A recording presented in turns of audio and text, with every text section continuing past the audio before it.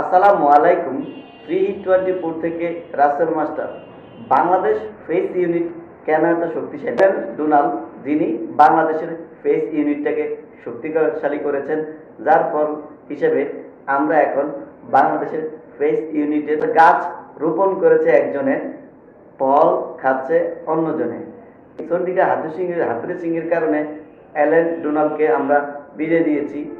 আমরা আসলে আমাদের ক্রিকেটটাকে এই এই ব্যক্তির কারণে তামিম ইকবাল অবসরে যেতে বাধ্য হয়েছেন।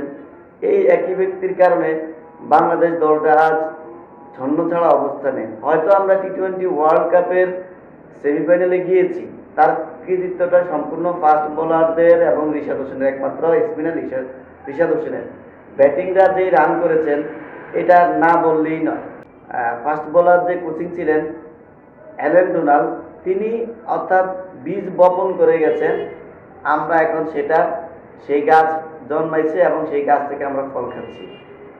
আমার কথাটা আশা করি ক্লিয়ার বুঝতে পেরেছেন। এখন আমাদের বিশেষ করে মেহেদী হাসান মিরাজ কেন বলির পাঠা হবেন আমার সেটা জানা নেই।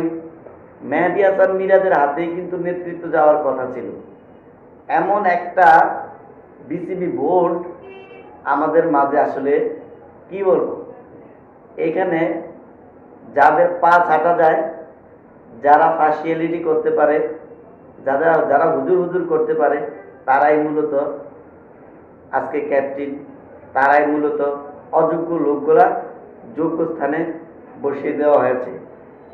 আমরা মেহেদী মিরাজকে আমরা নষ্ট করে ফেলছি, আমরা মমিনুল ইসলামকে নষ্ট করে ফেলছি, ইমরুল কায়েসকে নষ্ট করে ফেলছি।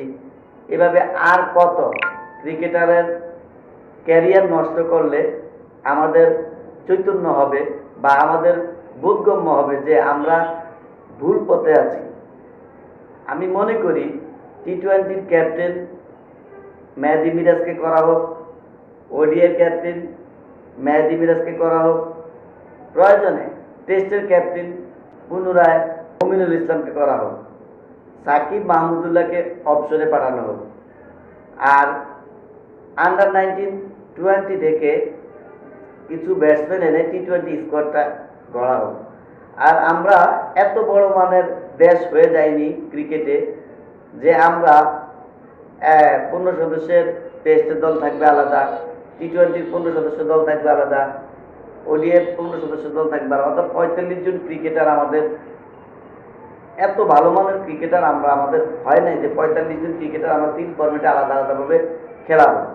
বরং এই 3 ফরম্যাটের 15 জনকে আমরা যাতে সব জায়গায় ব্যবহার করতে পারি, সেটা টি-20 ওডিআই টেস্ট ম্যাচ হোক, আমরা যাতে সবগুলা ফরম্যাটে এই 3 ফরম্যাট থেকে 15 জন প্লেয়ার নির্বাচিত করি, যাতে করে আমাদের প্লেয়াররা ভালো মানের সার্ভিসটা জাতীয় দলকে দিতে পারেন এবং আমাদের খেলার গুণগত মান ঠিক থাকে। তো এই চন্ডিকা হাতুড়ি সিংয়ের কোনো অবদান নেই সেমিফাইনালে খেলার জন্য, সম্পূর্ণ বোলারদের অবদান এবং ফাস্ট বোলিং ইউনিট, বিশেষ করে অ্যালেন ডোনাল্ড তিনি যে অবদান রেখে গেছেন বাংলার ক্রিকেটে, সেটা বলার নয়। যাই হোক, একটা কথা আছে, ছিপ নিয়ে গেল কোলা ব্যাগে, মাছ নিয়ে গেল চিলে।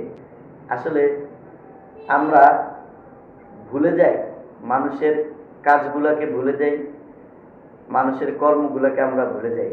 কথায় আছে, কীর্তিমানের মৃত্যু নাই, মানুষ বাঁচে তার কর্মে, বয়সে নয়। তো আমরা এই কীর্তিমান লোকগুলোকে আমরা ভুলে যাই ঠিকই, কিন্তু আমাদের যে ফেস ইউনিট যে কতটা শক্তিশালী হয়েছে, আমাদের বোলিংয়ে আপাতত কোনো সমস্যা নেই। তবে যারা এখন এই যে ফেস ইউনিট, বিশেষ করে এদের সাথেও যেন ভালো মানের একজন কোচ রাখা হয়, যাতে এদের পরিচর্যাগুলা যেন ঠিক থাকে, অর্থাৎ গাছ উঠে যেন গাছটা অঙ্কুরেই না মরে যায়, এটা আমাদের লক্ষ্য রাখতে হবে। আর একটা কথা হলো, বাংলাদেশ নামক দলটা যাতে বিশ্ব ক্রিকেটে রাজত্ব করতে পারে। আর আমরা তো বরাবরই বিশেষ করে বিভিন্ন দেশের আম্পায়ারদের পক্ষপাতমূলক আম্পায়ারিংয়ের চাপে পড়ি। এই জিনিসগুলো আমাদের যখন আইসিসি বোর্ড হয় বা আইসিসি মিটিং হয়, সেখানে যেন আমাদের যারা দায়িত্বে রয়েছেন তারা যেন কথা বলেন, এই ধরনের পার্সিয়ালিটি যেন না করা হয়। তো সর্বপরিসরে আমি মনে করব বাংলাদেশের প্রেস ইউনিট অত্যন্ত শক্তিশালী, বাংলাদেশের বলাররা শক্তিশালী। আর বিশেষ করে আচ্ছা, আমি একটা কথা বলি, মেহেদী মিরাজ কোন যুক্তিতে টি-20 ক্যাপ্টেন হবেন? মেহেদী মিরাজকে একে টোটালি দলই নেওয়া হয়নি। আপনারা আপনাদের খামখেয়ালি মতো ইন্ডিয়ার সাথে যে ম্যাচটা হয়েছে, তাসকিন আহমেদের ইন্ডিয়ার সাথে হিস্ট্রি দেখেন, 5-5টি উইকেট পেয়েছে দুইবার, আমার জানা 2016-17 মৌসুমে 2 ম্যাচে। আর সেই তাসকিন আহমেদকে ইন্ডিয়ার সাথে খেলা হয়নি, বিশেষ করে মেহেদী মিরাজকে নেওয়া হয়নি। আমাদের ভয়টা কোথায়? আমরা আসলে যে কোচকে আমরা 35-36 লক্ষ টাকা বেতন দিয়ে রাখি, আসলে কি ওনাকে এত টাকা দেওয়া হয়, নাকি এনার থেকে এই টাকাগুলোর ভাগ বাটোটা বিসিবি কর্তাকর্তারা পেয়ে থাকেন? এই ব্যাপারে ব্যারিস্টার সুমন সাহেবের আমি দৃষ্টি আকর্ষণ করছি। আপনি যেহেতু একজন চৌকস মানের ভালো মানুষ, এবং আপনি আপনার সাথে একটা আইনের সম্পৃক্ততা আছে, আপনি লড়তে পারবেন। তা আমি ব্যারিস্টার সুমনের দৃষ্টি আকর্ষণ করছি যাতে উনি ব্যাপারগুলা তদন্ত করেন। এই কারণে বলবো, উনি যেখানে পা দিবেন বা যেখানে হাত দিবেন, ওখান থেকে সাপ খুঁজতে গিয়ে, কেঁচো খুঁজতে গিয়ে সাপ বেরিয়ে আসবে। তো আমি এই জিনিসগুলা ওনাকে বলতে চাচ্ছি। তো বাংলাদেশ, আসলে বাংলাদেশের ক্রিকেটের উন্নয়ন বা উন্নতি আমরা সবাই কামনা করি। আর বিশেষ করে যারা ক্রিকেটার রয়েছে, বিশেষ করে ওয়ার্ল্ডের ফ্র্যাঞ্চাইজি লিগগুলো রয়েছে, এই লিগগুলোকে খেলতে সুযোগ দেওয়া হোক আমাদের ক্রিকেটারদের। আর যাদের স্ট্রাইক রেট 100-র নিচে বা 120-এর নিচে, তাদেরকে টি-20তে সুযোগ দেওয়ার কোনো দরকার নেই। যারা স্ট্রাইক রেট 125-এর বেশি, তারাই টি-20 শুধুমাত্র খেলতে পারবেন। এই জিনিসগুলো আমাদের বিবেচনায় রাখতে হবে। পরিশেষে ফ্রি হিট 24 থেকে আমি রাসেল মাস্টার বিদায় নিলাম। আল্লাহ হাফেজ।